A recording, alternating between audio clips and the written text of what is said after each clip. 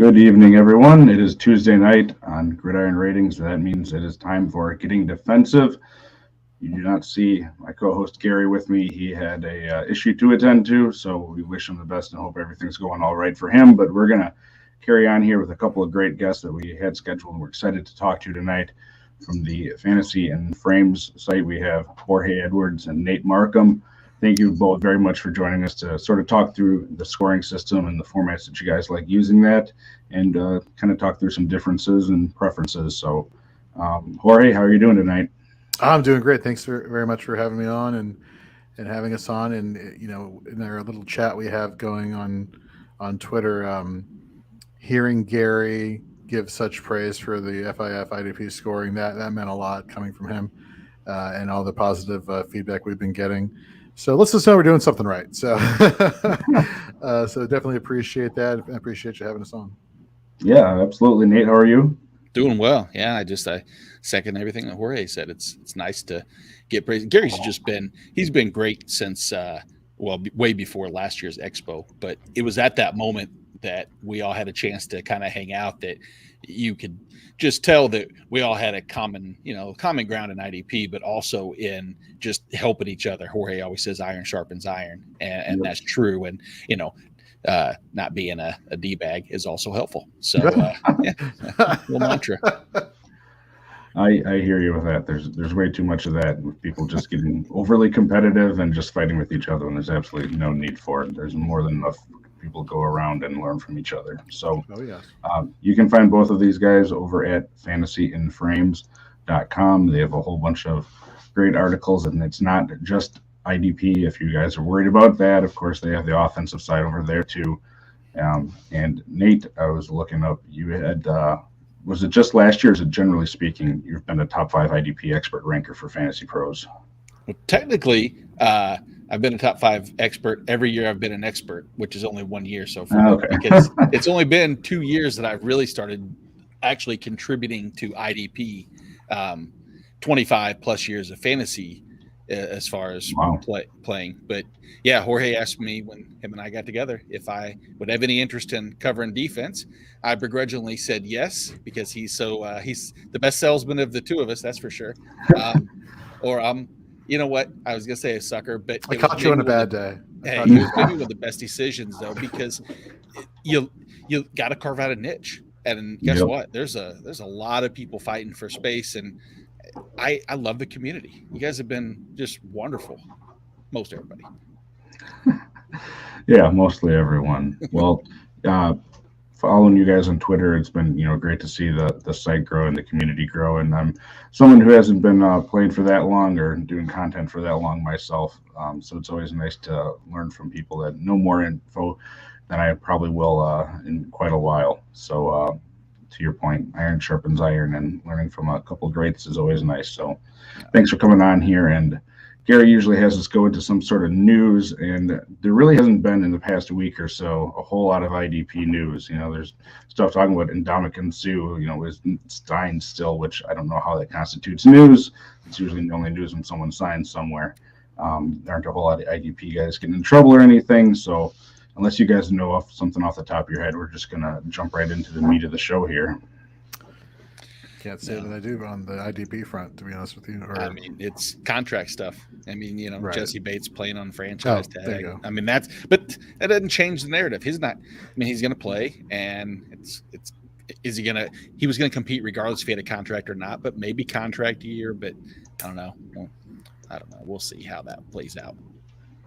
Yeah, and I think he kind of sees the writing on the wall there that if he doesn't want to be there long term, they sort of got his potential replacement in the draft this year.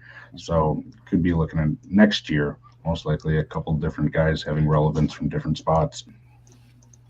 Yeah. Oh, sure. We are going to pull up the scoring here. So again, you guys can find this information over on fantasyframes.com. You can hit either of them up on Twitter. They got their Twitter handles on here. But we are going to pull up sort of the scoring on here, and I know it's not on here, but the preferred site to play on for you guys with your scoring system is Sleeper, right? Right. Yep. And at what point did you guys sort of settle on Sleeper was it just like the most friendly in terms of changes and how you guys like to play, or was it something over time that you guys kind of grew on you? Jorge, go ahead, man. Sure. So I guess it's a couple of factors that come into play here. One is we wanted to make sure that we had a scoring system that made all the IDP positions somewhat relatively equal. You can't get it perfect when you have a 3 designation IDP league. It's not like an MFL where you can customize every position to have different scoring outputs. Right. Like, that's just not what Sleeper does. But we wanted to choose Sleeper because it's one of the biggest growing platforms in all of fantasy football.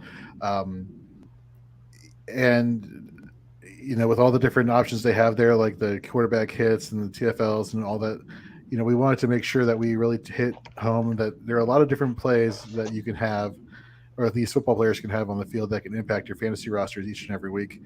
One that is in particular really awesome for me is the quarterback hits. I like the metric of pressures, being able to apply pressure to a quarterback for a defensive lineman or an edge rusher, because that matters. That it's not necessarily one-to-one indicative of getting a sack, but being able to get to the point where you could get a sack, that should be, in my mind, something that's rewarded from a fantasy point standpoint. So, just a combination of things. And of course, we, like you said, we prefer Sleeper, but we went through various websites like ESPN. We created, we tinkered with the scoring settings there and the metrics that they have there. We kind of found something that point wise was comparable last year to what the Sleeper settings are. So, we nothing's perfect. Obviously, there's always room for improvement. Some things you can fix, some things you can't fix, but we feel pretty happy about the scoring settings. Tom Kislingberry, a couple weeks ago, he put together like a bunch of scoring settings. We were fortunate to have him include us in this, and he was basically like looking at various things. But one of the stats that he brought up was the fact that not only is fantasy and frame scoring good in terms of like the top 30, top 40 players being comparable amongst each other, meaning the defensive linemen, the defensive backs, and the linebackers, but there's also some comparable scoring with the offensive players as well. So not only do we have comparable scoring between all the IDP players, but now we have that with the offensive players, and that's great because fantasy football players who are on the edge of playing IDP, what's the main thing that people get concerned about? In my opinion, it is what's the comparison to an offensive player? What is a Jordan Brooks? What does that mean in terms of an offensive skill player? How do you find that comparison? And by having scoring settings that can help bridge that gap, it just makes the allure of playing IDP more bright. And to expand on that even more so is, like you just said, correlation is key between that. But you go even a step further, and one of the biggest issues that we face as far as question wise from general new players or players been playing for a long time, what's a fair trade? And that catches everybody. It's probably the biggest hiccup ever, because is this running back equal to this linebacker? And the majority, and I'm probably, if there was a poll, I would guess 70% plus would always lean to the running back, even if their point scoring was weighted and the linebacker was almost, a 25% bump. It just seemed everything's weighted towards the offensive side. And so hopefully that kind of shows that, as Jorge said, that correlation and builds that trust factor when it comes to trades. And, one other nice thing about Sleeper is the demographic is decently young. And me, the old curmudgeon that's pretty stuck in my ways, I've adopted a bunch of different pathways, obviously, doing IDP, and you want to develop it. Yesterday, when Jeff Ratcliffe put out the IDP percentage, I think the IDP community as a whole was collectively holding our breaths, and we were waiting for the 90-10, 85-15 to come out and go, oh, we'll go back to our little corner and just, we'll celebrate to each other, and we'll build, and we don't care. We won't hang our heads. And it's getting close to like 65-35 is last I saw, something close to that. And we should 100%, take that and hang our hat pretty high on that, just because it's growing, and Sleeper develops that opportunity for growth even more so, especially with the demographic being so young and everything transitioning to Sleeper, Scott Fishbowl, etc. Yeah, and with you guys having that sort of balance across the offense and the defense, the other thing that it does is let people play around, whether it's in a mock draft or they're starting up a league, and find different ways to build teams, because there's always those arguments on how you build your team on offense, zero RB or bully tight end or ignoring quarterbacks, whatever it is. And if you're able to even add that extra element to spread it out more, you can create that probably parity in your league a little bit easier if you have more of those starting positions that are going to be relevant and are going to be similar to each other. One of the things that I noticed with the scoring that you guys have here that I really liked is having those pass deflections up at 3 points apiece to really boost those guys in the defensive backfield, because a lot of those guys, you can get 50 maybe combined tackles a year, but then you're getting another 20, 25 pass deflections. Those things really add up and matter. And it's actually usually better than a tackle in terms of, real life NFL play, because you're not allowing that completion. You're not allowing the offense to get those yards. So those things do matter, even when someone who's not used to being an IDP is watching a game. And if it doesn't really connect, scoring like this, I think, helps bridge that gap too. With the balanced sort of format. No, go ahead. I'm sorry. No, I was going to say you said the perfect thing that I think of is, again, I hate to use the word correlation too often. It's not my dictionary word of the day or anything, but that's true. Because let's say that you're the linebacker and you run down a running back that busted through 2 tackles of your teammates, and you catch them after an 18-yard scamper and you take them down for the solo tackle. You get, 1.5 or 2 points versus the 35-yard pass that the corner defended and took away.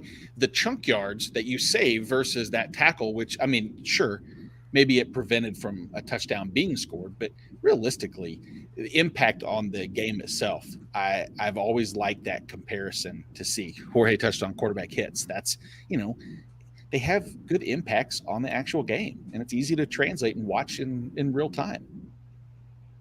Not to mention your comment about passes defensed and the importance of that. Contrary to what some might say, you can't count on interceptions. You can't use it as a predictive metric. But putting yourself in a position to make plays on the ball, like a passes defense, that, like you said, gives a little bit more upside for using defensive backs on your IDP roster. So this system of scoring, is this something that came up over the course of a year? Have you been tinkering with it for several years now to sort of get it to this point? Yes. I assume so. But. Back in 2017, I created the first one, and it was very balanced, very low scoring, but it was balanced. And then just over years, just been tinkering with it and hearing different feedback. And of course, you in the IDP community, no one wants to agree on a standard scoring setting, which that's a whole other can of worms. But it was back in actually February of this year that we were sitting down, and it was just like, let's just hammer home something that we think is fun, that makes sense from our perspective, that is relatable to other people who are looking at it. And after some tinkering, we found this. So this is kind of where we're at. Well, even simple, just the most simple scoring that I just go, how did we let this slip? Is forced fumbles being worth 4 and a recovery being worth 2? How is it fair that the person who actually strips the ball away is in certain, and this is not knocking any equal, scoring for fumble recovery and forced fumbles. It's every scoring in some capacity I find credence in and makes sense. But sure, you force the fumble, you probably should, versus if you just, fall onto the ball that just happens to go into your vicinity because you're there. And those little tinkering things, will they change the grand scheme of things? Probably not by much. They might move a player. What do you think the most that they move up is? Maybe 2 or 3 spots maximum. Yeah. But nothing super significant. It's crazy though, when creating the 3 points for the safeties, I'm looking last year at defensive backs or just players in general who actually had a safety. I want to say it was 1. Yeah. Yeah. Pretty nuts. That little side note. When I look up the most safety, so I was looking at age for a question later on about, longevity in players. And it, instead of looking for the oldest safety in terms of age, it's the oldest safety, like the most safeties by a player. And it's like in 4 is the most safeties by a player in their career. Wow. In their career. And it's Justin Houston, by the way, is what it says. How about that? Yeah. Still active. Oh, tied. I apologize, actually. Justin Houston, Jared Allen, Doug English. Are all Good tied. old Doug English. I mean, Good old Doug English. Didn't think got he'd his get that jersey on my the show, wall did in you? the other room. Yeah, exactly. All right. Well, we're gonna switch over quick here to the scoring that Gary has set up and gone through for Gridiron Ratings, and touched on this a little bit before the show. It isn't something that ends up being that much different, from what you guys have here, and we'll sort of do the player comparisons where people grade out looking at this.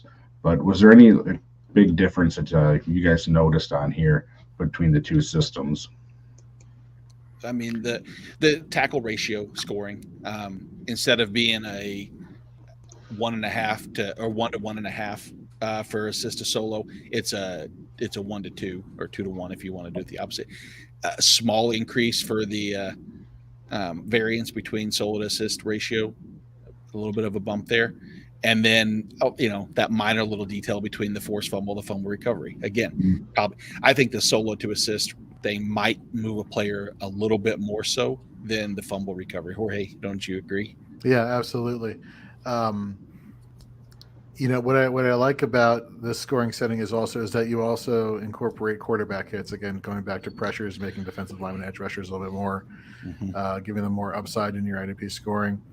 But no, I'm looking at this and I'm like, besides like taking a half a point here and subtracting it from this metric and adding it over to that metric, I mean, these are pretty comparable scoring settings. This is it again. Lets us know, hey, we were doing something right. Exactly. That's what I think. Yeah, and I don't know how long ago Gary got this set up. I think he had to go take his leave when we were talking about this. But I know it's something that he's been playing with for a while too. And it takes a while to figure out really what you like. But if you're going for that balanced format, as far as offense and defense, I think most people are going to end up, generally speaking, in that same sort of ballpark, because it'd be pretty hard to switch things up completely and still get to that same place with those scoring settings, because, tackles, quarterback hits, whatever, tackles for a loss, and sacks, interceptions, those are pretty much the big plays that everyone's going to be going off of to use. So to get to the same place, it's interesting to see that you guys, again, 2 different times, 2 different situations, but you got to relatively the same place.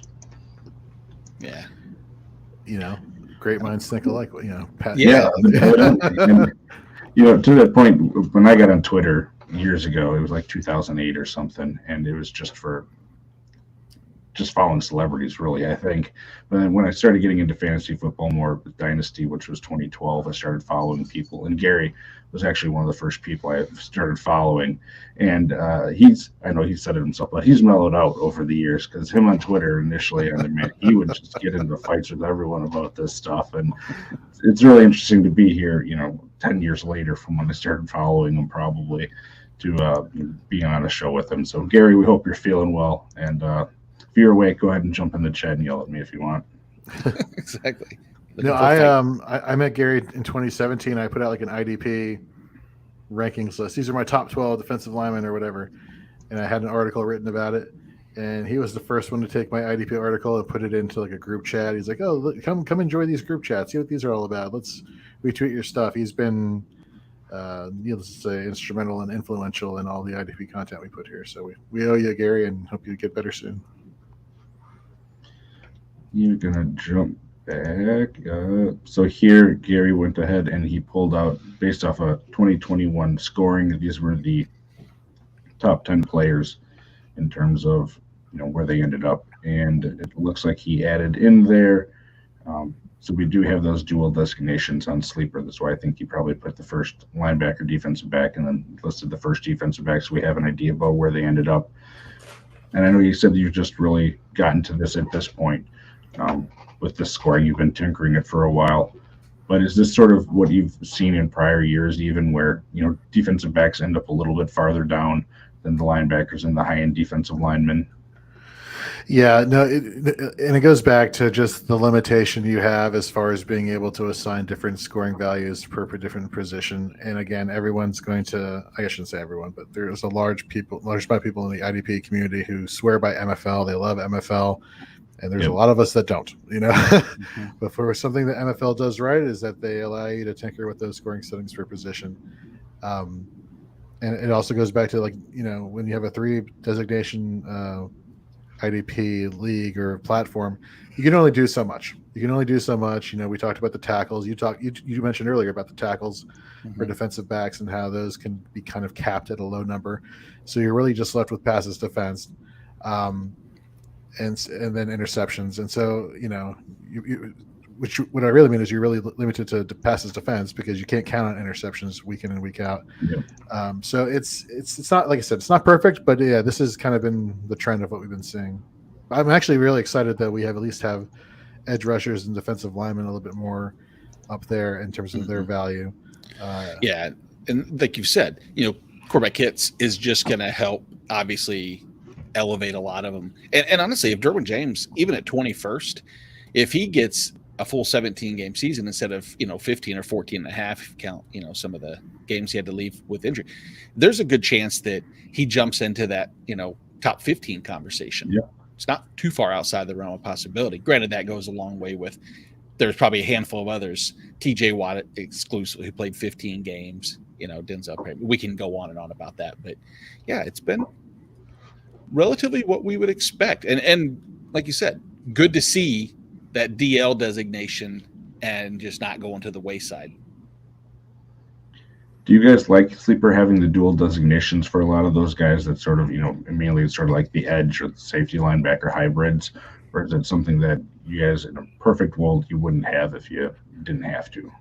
As somebody who rosters Quincy Williams in one of my IDP leagues, I am all for the linebacker defensive back designation. As somebody, I'm assuming, who doesn't, they probably do not like that so much. That is exactly right. If you don't know, we were talking with earlier, and one of the things that I think that a person should pride themselves on is learning any type of competitive edge you can get in a league against the others. If I spend another 30 minutes reading the rules and finding, I don't want to say loopholes, but finding situations that give me a competitive edge that's not cheating or manipulating the system, then I'm more than happy to take advantage. A lot of scoring formats where a person, TJ Watt was the cheat code of all cheat codes last year. I mean, his variance in scoring was on par with basically with Jonathan Taylor and Cooper Kupp, which is not something you typically see. You usually see a good clump in each tier, and he was, considerably higher. 49 points higher than the next closest person. That was Foyesade Luakan. And so I like seeing that. The defensive back linebacker one, I feel a little dirty with it, just a little. Just because I'm like, come on, at least defensive line linebacker, I understand. Because I was like, yeah, I get it. You're an edge rusher. You're a 3-4 outside linebacker. That's one thing. But come on, man. Right. Jeremy Chin wasn't a linebacker last year, even though he played a ton on the line. Quincy Williams wasn't a defensive back, but Right. that's it. Is we saw him back there one time. He better throw in exactly. Kazir White, another one that was right. you could take advantage of. But what about you, Kraig? Do you like that? The more flexibility that you have, I think I kind of enjoy. I'm one of the crazy people who I'm in a league that has, I think it's 11 offense, 11 defense, and they're all flex positions. And we've evened out scoring as much as we can. So, like Kenny Moore was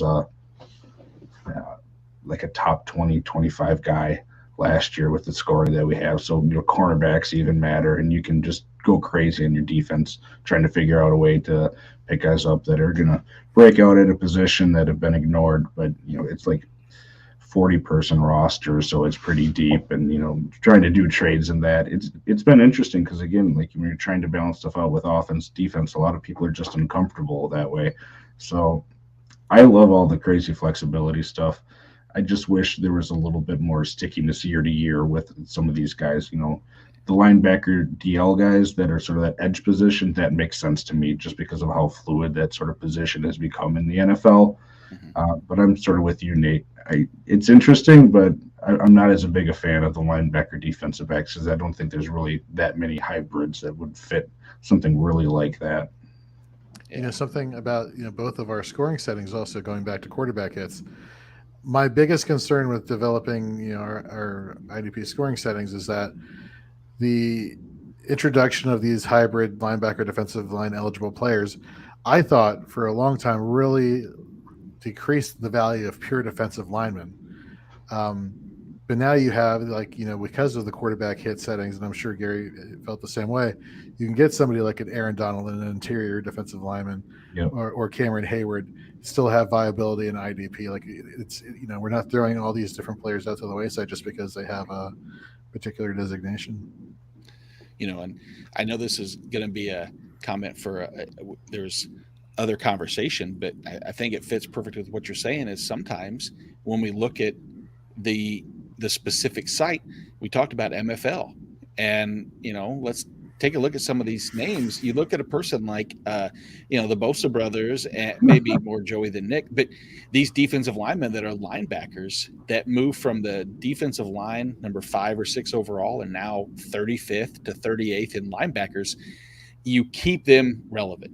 And I don't care who it is, the superstars in the league should be relevant in the fantasy game. Yep. No matter what. You should not forcibly make them. If you want to help build the game, don't make a player of Joey Bosa's caliber or Khalil Mack, who's exciting and fun to watch, unrosterable because they're not worthwhile unless you go super, super deep, 6 at a position, 6 at linebacker. Again, not going on a rant and a tangent, but if you play in MFL, adjust to our scoring setting, and then you can have Joey Bosa on your team. You can have Zadarius Smith. You can have Rashawn Gary. Sorry. After you, Kraig. No, I agree, and that's the problem that I have with MFL is just how much that changes, and it doesn't, to me, really reflect how the NFL teams are using these guys because of just the sheer flexibility that's going on. If someone's going from a defensive end to a defensive tackle in a 3-4 or something like that, I mean, you can sort of understand that, but completely changing in leagues that are already existing, those guys to just flip-flop them, sometimes, 2 years in a row, depending on what happens with their coaching staffs and all that, it's super frustrating for fantasy owners, and it's not something you really see on the offensive side. And I think it does a bit of disservice to those people wanting to get into IDP, but just getting so confused and frustrated by it. That's exactly right. Building blockades to prevent people because you need to keep it simple, not too simple. Jorge, you and I have never wanted that single IDP league. We're going to get rid of defensive special teams and we're going to give you one IDP position and you can have anybody. Well, that's dumb. It's the top 12 scoring players. It doesn't give enough variance and there's not enough strategy if you ask me, but start with 3. Just do 3. That's fine. And go from there. And if you really want to make it interesting for these players or these fantasy football enthusiasts, do one per position, one defensive lineman, one linebacker, one defensive back. Get a real taste of what these different positions bring to the IDP scoring landscape, and just I think by doing that, like Nate, you're alluding to, like you get a better idea of what exactly IDP can bring to your rosters week in and week out. And even a league like that, if you have 10, 12 teams and you have one of those positions each on IDP to start, that gives you a lot more room to tinker around and, find guys and figure out names that you might not know, those big names, but, a guy starts popping off like a lot of people that weren't familiar with IDP wouldn't know who Jordan Brooks was going into last year. And you see a guy like that go off and like, wow, he's doing great. You dig into him, you learn a little bit more. I think that is where a lot of people that are hesitant to get into can find that growth. So that's a great idea. Yeah. Go ahead. No, I think I just agree with you. That's it. Looking at the comparison of the scoring systems here, just for the top 10, it really is basically about the same, which kind of how we talked about was interesting. Number 8 was different. You guys had Bosa and he had Mosley through that system. Hayward and Bobby Wagner were flipped, and then Quincy Williams was a little bit lower on your guys at 50 versus 41. Aaron James was a spot different. So again, sort of like we talked about when just looking at the different scoring systems, do you get about the same sort of top guys in the same approximate order. So that is quite interesting how that played out. Yeah, absolutely. Gonna jump to, and this stuff is gonna sort of lead into these other questions. So we're gonna leave this up here in terms of the positional results by points. Gary laid out in the top 32 and 64 how many the different positions that you had for each of these, and you see a little bit more evening out the deeper that you get. Linebackers, and I guess it's hard to say with the linebackers, defensive linemen, because those guys sort of meld together for the both of them. But to the point that you guys had earlier, defensive backs, it's just harder on sleeper given the limitations. But you get a whole bunch more of them once you expand that out. Yeah, that always seems to be the case. I don't know if there's too much. What could you do other than just hyperinflate passes defensed, or again, like we said, have safety benefited scoring or cornerback premium type leagues? If not everybody has the ability to do that. And I think a lot of people don't want to get that granular with it either, because if you have to create a scoring system and have a scoring system in your mind for new players, having to figure out, all right, he's a cornerback, so this is the scoring that he gets, where now he's listed as a safety, if scoring system changes, I got to adjust to that. I think sometimes us that like to get into the weeds sometimes need to be reminded that most fantasy players don't go that deep, even if they're, liking IDP and wanting to grow in it more. You got to either be a complete degenerate or just really loves diving headfirst into something to want to play that way right away. Nice. Yeah, absolutely. Which we totally encourage, by the way. Oh, yeah. By all means, yeah. I mean, play the way that you want to play, and if you love digging into IDP, go head first into it. That's the way I did it initially, and sometimes I think I'm too far gone down the rabbit hole in some of these leagues, but nice. Save that for another show.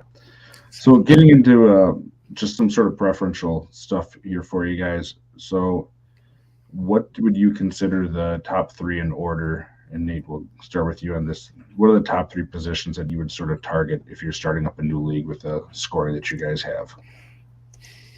It's what we have there. I mean, it's the linebacker. I feel like linebackers the less, like, I would say, when you're trying to be scientific or strategic, the factoring of linebacker is just kind of simple. Now, I would say that maybe is where we can elaborate just a little bit. I don't want to get too far advanced, because you touched on exactly right. If you start identifying inside, outside linebackers, with so many base formations changing now, and people start, there's teams that, they don't even have a designated 3-4-4-3 realistically. They're all, nickel, hybrid, big nickel, dime, etc. But I'm a keep it simple, stupid type person. I really am. I think the big three are my three. And Jorge, we've never really talked about this before. I don't think we've had this conversation, because I guess I just kind of assumed we agreed. But do you agree, or is there variance? So I guess when I was reading this question, I was kind of my mind immediately jumped to dynasty versus redraft. Like, how would I approach which player is more important in that regard? So for dynasty leagues, I think my position that I would be targeting first would be defensive linemen, because I would see that those guys, you really get a separation at the top once you get past the first 12 or so, in terms of pressure efficiencies and sack production and all the different metrics that you can go through, versus there's a wider pool of linebackers that I can choose from later down the road that have a little bit more upside, and then defensive backs following, versus a redraft where it's like, oh, I want the points, I'm chasing the points now, give me the immediate producers, give me the linebackers, then I'll go defensive lineman and followed by defensive back. Hold on a second real quick. Maybe I misinterpreted, and maybe I was being too literal. I was thinking it was developing an IDP league, like we were creating a league, and which defensive positions are we having as starting positions for players to the player pool to come from. I think it was two different questions he said we sort of had there smushed together for you, because I think the first one is sort of when you have those three positions, what are you looking at if you're starting a new league today? And then he talking about what Jorge was going into about redrafted dynasties. There a different way in which you approach this. So I think we got both of them, but go ahead. We answered both of them. Look at that. Okay. Tag team.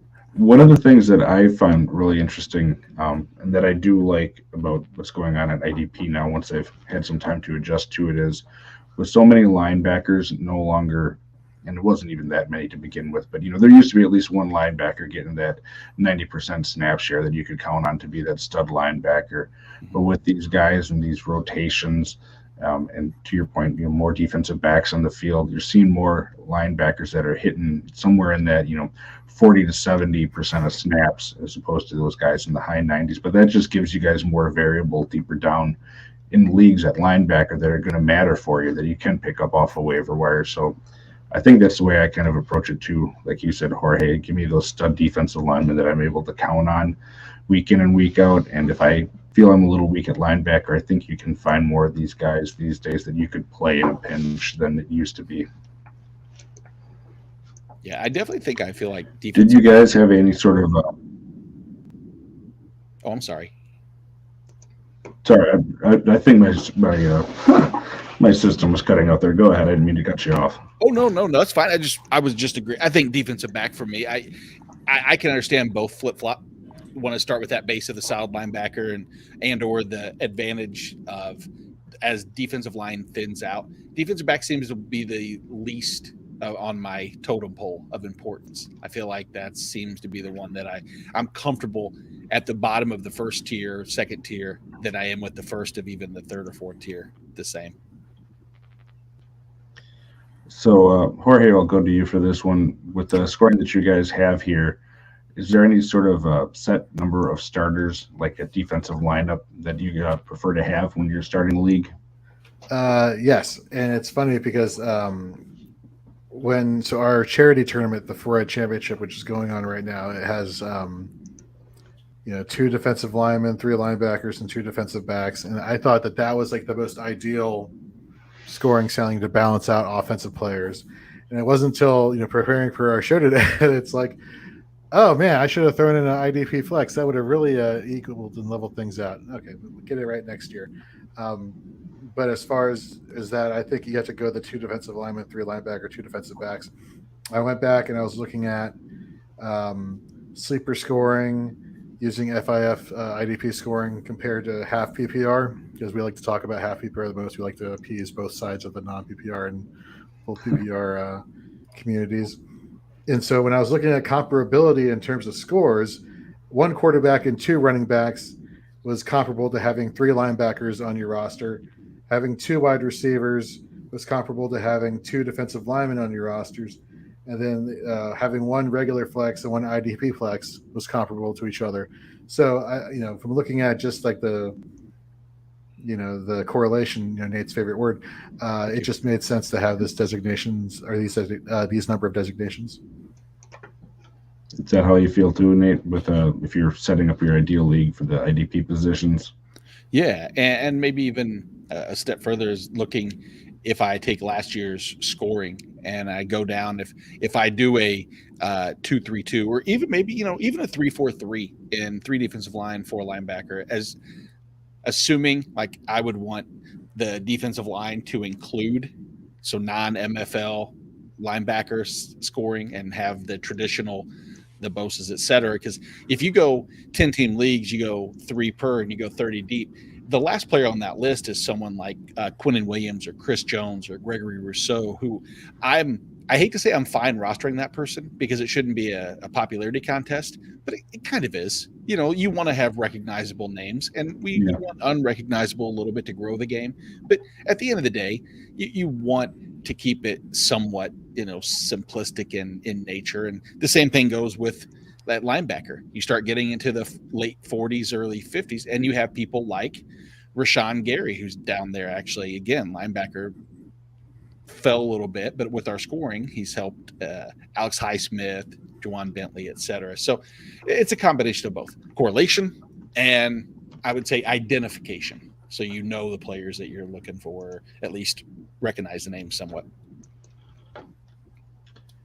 Going to our next question here, Jorge. I know you sent over a number of different, slight variations of your main scoring system here off of Sleeper.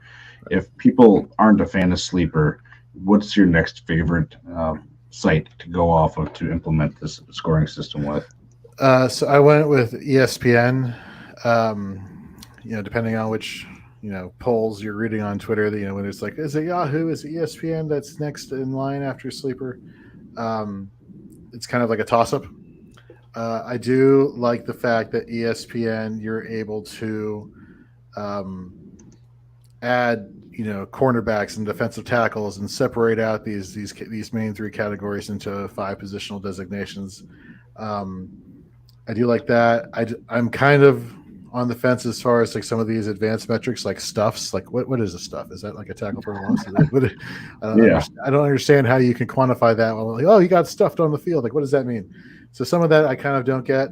But again, nothing's perfect. No scoring setting is perfect. But like literally, I have on my phone, I have the Sleeper settings, and I'm looking at the point variations on my phone, and I'm on my computer on the ESPN, and I'm like, let's see, let's make this point this for this platform. Let's make that point this for this platform. Let's see if these point numbers overlap or align with each other.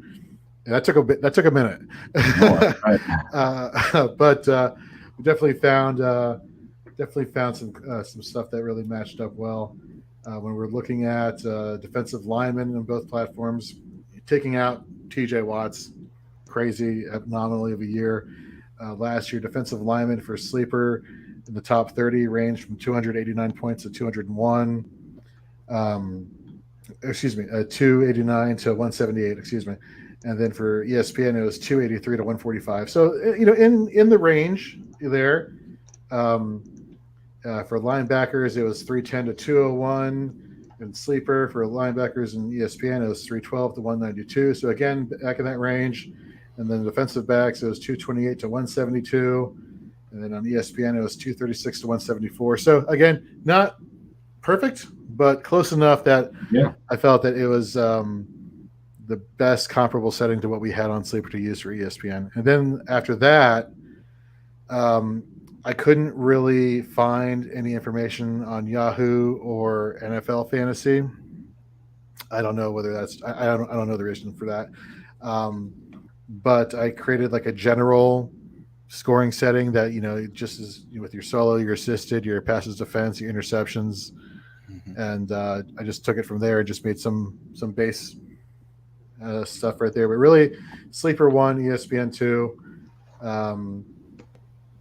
I kind of like where I made alter different scoring settings. Is that your preference as well, Nate, in terms of the sort of next best that you want to play on, or do you have a different one? No, I follow that. I mean, we have our tiffs with position, designation on MFL, but default settings are one thing. Customizable settings are always a plus. I mean, if you're finding a platform to play on and you want to be able to customize it and have a lot of variation, MFL is really good for that, as like we've alluded to. But beginner, we're trying to get 11 people, 9 other people, whatever the case may be, to join your league. Sleeper is by far, I think, the one that's just going to be see one, do one type league formation. Well, and I do like that. That's how you guys set up your, going back to your scoring system, saying, hey, sleepers are preferred for this reason, that the younger crowd getting into it, like it or not, and I, try not to poke the MFL bear too much because Gary will get grumpy with me because he loves MFL. But I tell you, trying to get younger people to use a site that doesn't have a nice functioning app is just a losing battle, I think. And I don't know why MFL hasn't done that. And I hope for them that they're working on it, but all those third-party apps, I have so many problems with it personally. And it doesn't sound like from Twitter I'm alone in that. And that's one of my biggest hangups is if I'm out with my kids and I'm on the clock in Scott Fishbowl and they're at swimming lessons, I don't want to be holding up the draft because I can't get home to my computer and bring up, a desktop view or something. I'd love to have an app. So Sleeper's app and their ability to adapt to what people want is just fantastic, and I really applaud them for that. And you guys too for recognizing that and then getting your scoring system built off of that, because I think it's really going to help people see the viability in your guys' scoring system. No, absolutely. Like Nate was just. I'm sorry, Nate. No, you're good, buddy. Going back to what Nate just said, for the beginner or the intermediate player who just wants to have, the basic IDP players in their league, let's face it, a lot of the fantasy football community, who show up in August, for their drafts or their yearly drafts with their friends, MFL is probably not 3 letters that they're associating with fantasy football. Whereas people who are here year round, like all of us, we've heard of it, we use it. And so it really came down to, creating scoring settings that targeted the broader reach of an audience. And that's where looking at, first and foremost, platforms that have good functioning apps, relatively good functioning apps. And then just kind of taking it from there. Does the challenge of creating a scoring setting for MFL appeal to me? Yes. Until they get their positional designation situation figured out, then no. Because I'll go out on the wire and just saying I think it's absolute garbage, but that's just me. And I'm sure it's not just me, actually, but I'll just say it's not, yeah. So it really came down to just finding out which platform gave the broader reach, or platforms that gave the broader reach, and developing IDP scoring settings for those. When we were on Yahoo a couple of years ago, and we were talking about switching over my main league to a different platform, I had even contacted Yahoo support, like, hey, is there any talk in the future of you guys adding X, Y, and Z different functionality? And they're like, no, not really at this time. We're thinking about that. And it's like, well, that kind of sold us for, well, we're moving this league to somewhere else. Right. And Yahoo is great for basic redraft stuff. I mean, they're still huge in that. But if you want to try to do a long-term dynasty league or get more complicated, and that's not their niche, that's fine. But when you get more into it, sometimes you got to move from one platform to the other. And to your thing about MFL, Jorge, about the positions, I love when people say, well, you can go in and manually change what position someone has for a season. It's like, trying to get a league to agree on what players are going to move from what position to another and how that affects people that already have them rostered. I'm like, as a commissioner of one league, I wouldn't even want to try wishing that on my worst enemy or something, because you're never going to, I think, everyone in the league to agree that, all right, this team's going to benefit from all these changes that the system automatically had, and this person's going to have it to their detriment. Like, I don't need that in my life. No, nobody does. Don't blame you one bit. And I think, Jorge, you kind of went over the fantasy total points scored. And if you don't have this up, I apologize. I don't know if this is exactly what he wanted or not, but is that comparatively, you're talking about the high end at each position and then sort of the variance down through the, top 20, top 32. Is that very similar then to, like your wide receivers and running backs as far as how it gradients down to? Mm-hmm. Yeah. So when you're looking at, so it goes back to what I was saying, you have a quarterback, assuming you're playing in the one quarterback league, your traditional one quarterback, 2 running back, 2 wide receiver, flex, tight end. Let's just get the elephant out of the room now. Finding an IDP position that's comparable to a tight end doesn't exist because you go last year in half PPR scoring tight end 1 to the tight end 30, you go from 247 to 62. So Can't really find an ID. Yeah, right. 62 points for the tight end 30 last year in half PPR scoring. So can't really find that there. But when you're looking at linebackers and defensive linemen, with FIF scoring, you do see a lot of correlation with the quarterbacks, running backs, and wide receivers. So depending on how you assemble your roster, whether it's 3 running backs and 2 wide receivers, or 2 running backs and 3 wide receivers, by having the 2-3-2 positions here for defensive lineman, linebacker, and defensive back, you really see some comparable scoring there. That's awesome. I love seeing that. I don't play in very many leagues where we have that. I think it's literally just the one. just because of when I started that league with some friends compared to when the other one started. Not as many people were into the whole defense mattering. It's more because we get stuck in our ways sometimes, and just like what we know. And there's no harm in that either for fantasy football. But I like to expand out a little bit. So seeing more people developing that and getting that out there for the masses is, I think it's awesome. So thanks for coming on and sharing all that. And Nate, we're getting down here. So any final thoughts here in regards to scoring system that you guys set up, or what you like to see, or any changes that you'd like to see within Sleeper to have you guys adapt this a little bit more?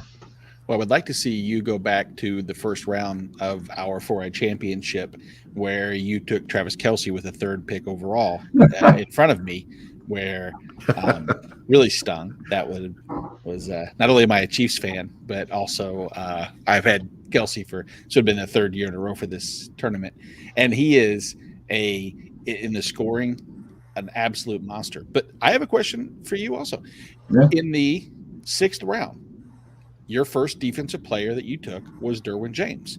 Now, is that simply because Derwin James is such leaps and bounds better than everybody at defensive back, or do you have a tendency to start with defensive back early on? And I know this was supposed to be you asking me a question, but No, that's fine. And no, it's actually sort of the opposite of how I normally go about things. I tend to, like I said, go with the stud defensive lineman first. If I'm, starting off the IDPs, then I maybe pay attention to those linebackers, and then safety or defensive backs at the end.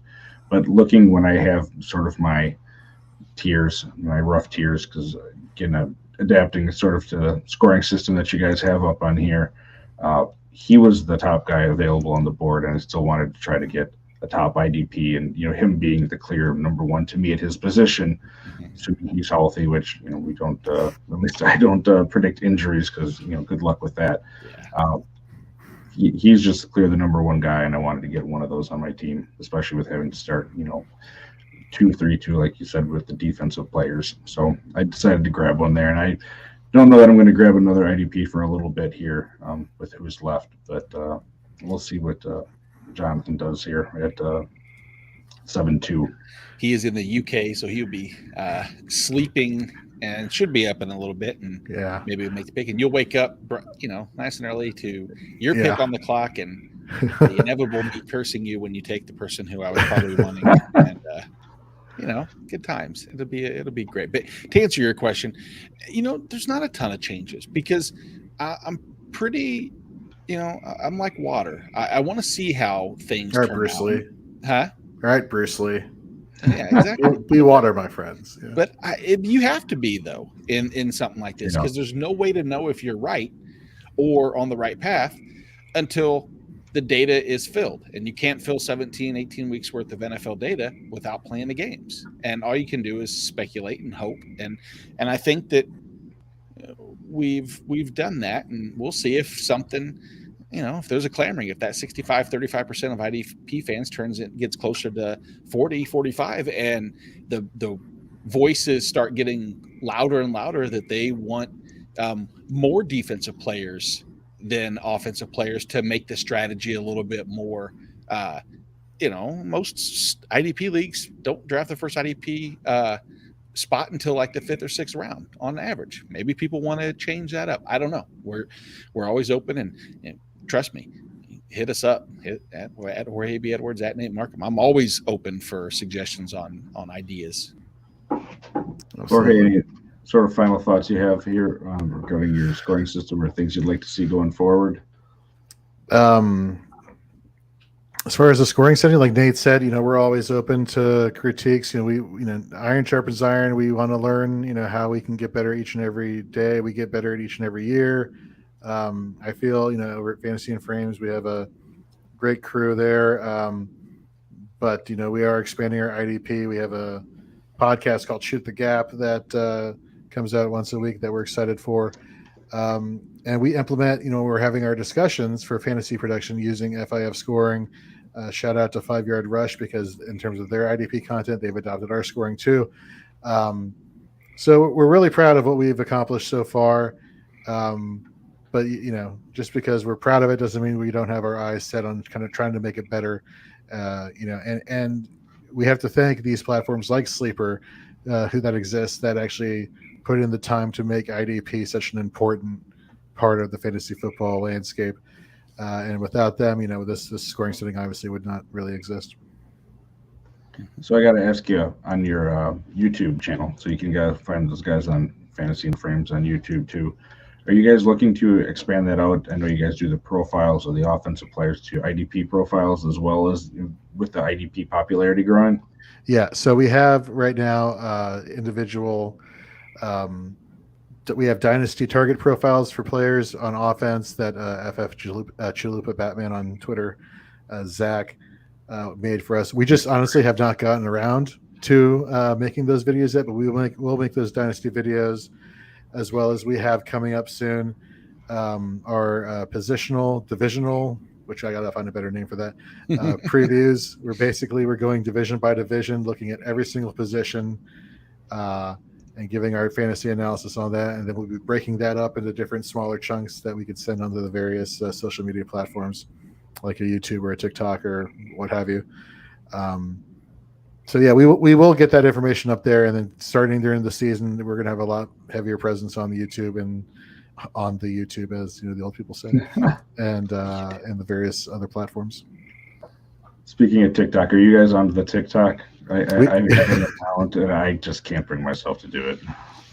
So it's funny that you mentioned that. So Keith Fleming, you can follow at Keith Fleming. He's the host of our DFS show called The Daily Fix. He messaged me one day. He's like, "Hey, I have some ideas for some videos. Do you mind if I run them by you?" I'm like, "Sure." So he text messages me one of the videos. He's like, "We're doing best ball content now. What do you think about this?" And I'm like, "Yeah, that looks good." He's like, "Can I put it on TikTok?" I'm like, "Do you know how to work TikTok?" He's like, "Yes and no. I can post the video, but my wife is really good at editing and she wants to get involved." So we actually got his wife to volunteer to edit our TikTok videos. And so they've been really instrumental in getting our TikTok numbers up. And what's good about TikTok is that, you're able to share these videos from TikTok to Instagram through your Instagram Reels to Facebook for your Facebook pages if you have these pages available. So it's kind of really a one-stop shop for disseminating all your content video-wise. But look, I'm not gonna lie, it's an adjustment. It's definitely an adjustment to using it, but there are perks. I'm working on my dance moves currently as we speak. I have a couple set up and ready to go. Tune in a couple weeks for those. I'm kidding. It's going to be terrible. But we do also know, I mean, you have to. You're going to have to. Because if not, we're seeing it more and more. There's a shift. There's already been a shift. And if you're not proactive, or if you're reactive to change, you're in trouble. You'll get left behind. So you'll see more of our faces. Don't worry, Kraig. I know you were Jones. I don't even know if I have the app anymore. I get so frustrated sometimes trying to do so. I just delete it. Like, I'll come back to you later sometime. I think I have one video on there and has nothing to do with football on my own account. So it's my kids aren't old enough to have cell phones, thankfully, yet. So I'm not having to worry about them doing it, but I'm sure that's coming down the road, or whatever the new crazy app that everyone's going to be on at that point is going to be in a couple of years. Exactly. Oh, sure. But I want to thank you guys for coming on here. And I know from Gary too, thanks for talking about your guys' content and your site and your scoring system, and being such advocates for IDP, because we certainly need more of those. And on top of that, welcoming and friendly advocates for IDP, as you kind of said at the start of the show. Don't be a pain in the butt to other people, especially people trying to get in and learn a system. So I want to thank you guys, and anyone watching the show, thanks. Make sure you go follow these guys on TikTok, YouTube, Twitter, Instagram, Facebook. You can find them all over at Fantasy and Frames. You can see their Twitter handles below. So thanks for coming on, guys, and we'll see everybody next time. See ya. See you.